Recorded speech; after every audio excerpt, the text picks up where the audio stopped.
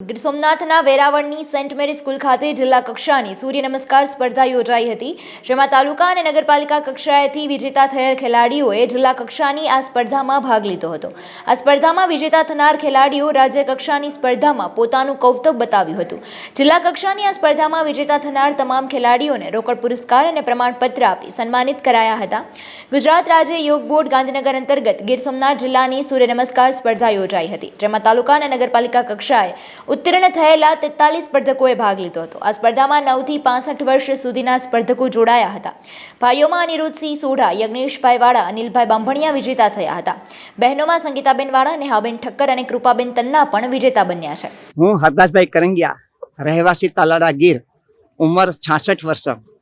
આજે હું અહીંયા રમતગમત વિભાગ ગુજરાત રાજ્ય યોગ બોર્ડ દ્વારા જિલ્લા વહીવટી તંત્ર ગીર સોમનાથ દ્વારા યોજાયેલ સૂર્ય નમસ્કાર સ્પર્ધામાં ભાગ લેવા માટે આવ્યો છું। મિત્રો, હજારો વર્ષ પહેલા આપણા ઋષિમુનિઓએ આપણે આજીવન તંદુરસ્ત રહીએ, નિરોગી રહીએ, શરીર આપણું સરસ મજાનું રહે અને સારું શરીર રહે એ માટે થઈ અને કસરત અને યોગનો સુભગ સમન્વય કરી અને આપણને સૂર્ય નમસ્કાર આપ્યા હતા।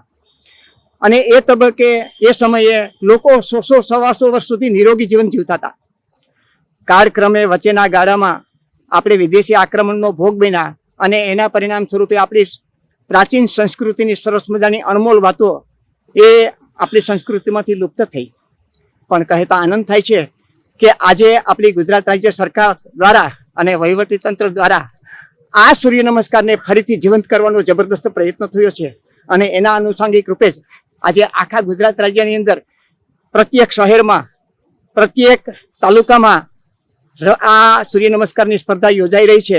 એ આપણા માટે ગૌરવની વાત છે, આનંદની વાત છે। ત્યારે આ સૂર્ય નમસ્કારની સ્પર્ધા દ્વારા ખરેખર શરીર તો તંદુરસ્ત રહે છે, પણ મન પણ પાવરફુલ, પ્રોગ્રેસિવ અને સેન્સિટિવ રહે છે।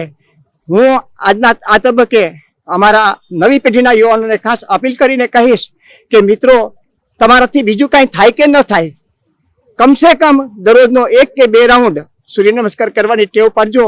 તમારે તંદુરસ્તી ભર્યું જીવન જીવવું હશે ને તો તમને એમાં ખૂબ આનંદ આવશે અને એ માટે આ પ્રયત્ન કરજો। અઘરી વાત નથી। મારા જેવડો આવડી ઉંમરનો માણસ જો આ કરી શકતો હોય તો તમે ના કરી શકો? હું ફરીથી અપીલ કરીને કહીશ અને રાજ્ય સરકારને કહું કે તમારો આ પ્રયત્ન સરાહનીય છે, ઉત્તમ છે। આજની પેઢીને આ આવશ્યકતા છે। અધિકારી મિત્રો પણ ઉમળકાથી રસ લઈ રહ્યા છે।